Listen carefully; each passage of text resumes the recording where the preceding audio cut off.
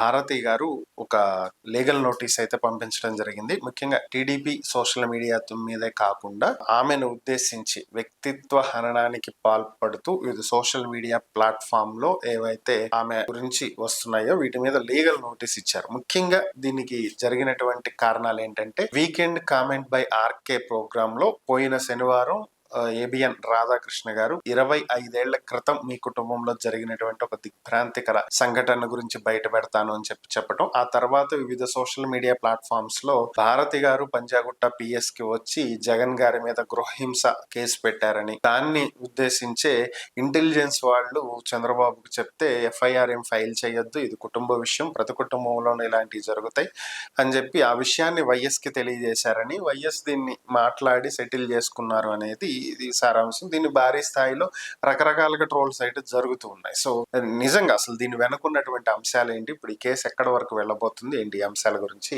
మీ అభిప్రాయం ఏంటి? భారతి గారు ఏదైతే లీగల్ నోటీసులు పంపించారో దాంట్లో తప్పేం లేదండి. ఆమె ఇంకా లేట్ చేశారు. నా ఉద్దేశంలో ఇంకా ముందు పంపించి ఉండాల్సింది. ఎందుకని అంటే ఇప్పుడు 25 ఇది అసలు ఎక్కడ మొదలైంది మీరన్నట్లు పోయిన శనివారం ఏబిఎన్ రాధాకృష్ణ కొత్త పలుకుల్లో 25 ఏళ్ల క్రితం వైఎస్ఆర్ కుటుంబంలో వైఎస్ గారు బతికున్నప్పుడు ఆయన కుటుంబంలో జరిగినటువంటి ఒక దిగ్భ్రాంతికర సంఘటనను ఉద్దేశించి నేను బయటకు చెప్పాల్సి వస్తుందేమో అని చెప్పి ఆయన పెట్టినటువంటి ఒక క్వశ్చన్ మార్క్ కి సమ్వాట్ సోషల్ మీడియా ప్లాట్ఫామ్స్ అన్ని ఎవరి నోటుకు వచ్చినట్టు వాళ్ళు ప్రచారాలు చేసుకుంటూ పోయారు. కొంతమంది ఏమో ఒక ఎస్ఐనో సిఐనో కొట్టారని, ఇంకొంతమంది ఏమో జగన్మోహన్ రెడ్డి వివేకానంద రెడ్డి మీద చేయి చేసుకున్నారని ఎంపీ సీటుకి సంబంధించి, మరికొంతమంది అయితే భోజనం చేసేటప్పుడు ఆ పళ్ళెం కంచాన్ని వైఎస్ఆర్ మొహం మీదకి జగన్ విసిరేశాడని రాజశేఖర్ రెడ్డి మీదకి. సో ఇక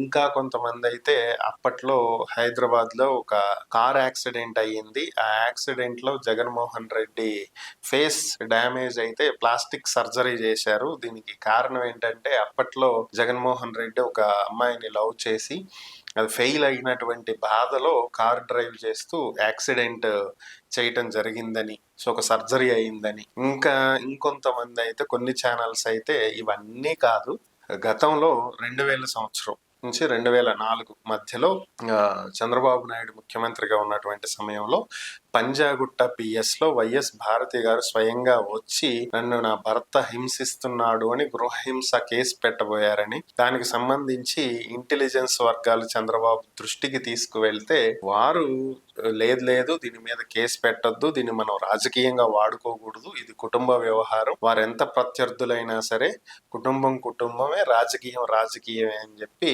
ఉదారమైనటువంటి హృదయంతో చంద్రబాబు నాయుడు గారు రాజశేఖర్ రెడ్డి గారికి చెప్తే ఆయన పిలిపించి మాట్లాడి కుటుంబ వ్యవహారాన్ని సెటిల్ చేసుకుని చంద్రబాబుకి థ్యాంక్ యూ చెప్పారనేది ఒక సెక్షన్ ఆఫ్ మీడియా చేస్తున్నటువంటి ప్రచారం. సో ఇందులో ఎన్ని వాస్తవాలు ఉన్నాయి ఎన్ని అవాస్తవాలు ఉన్నాయి అనేది ఇక ఆ చేసే ఈ రూమర్స్ చేసిన వాళ్ళకి తెలియాలి.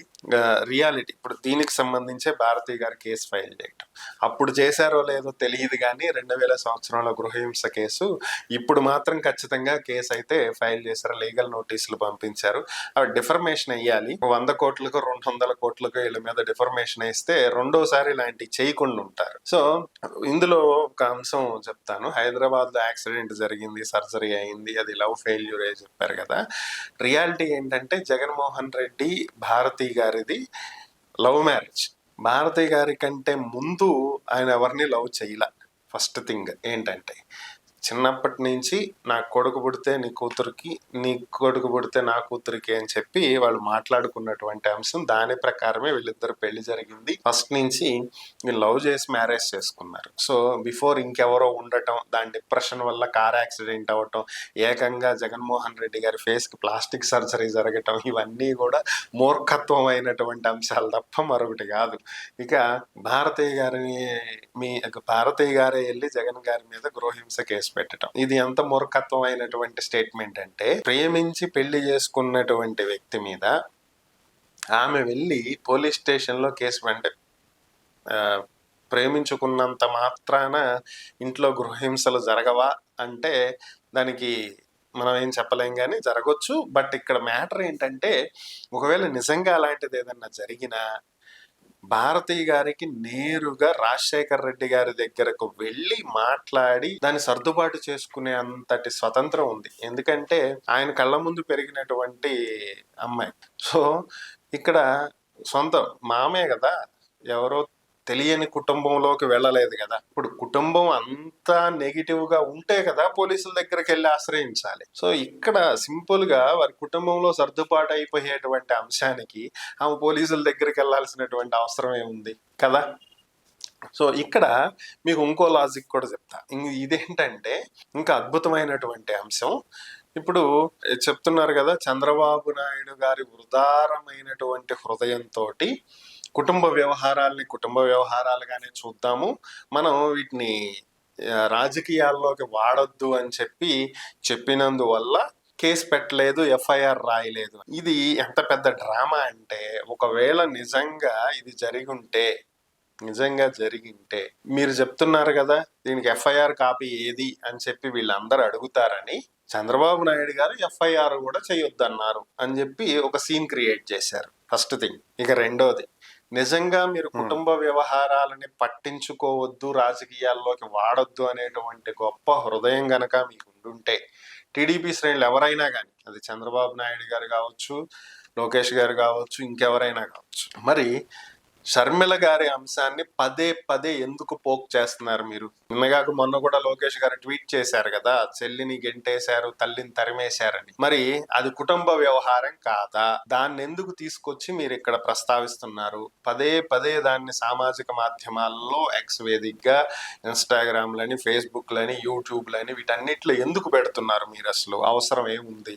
అది కుటుంబ వ్యవహారమే కదా.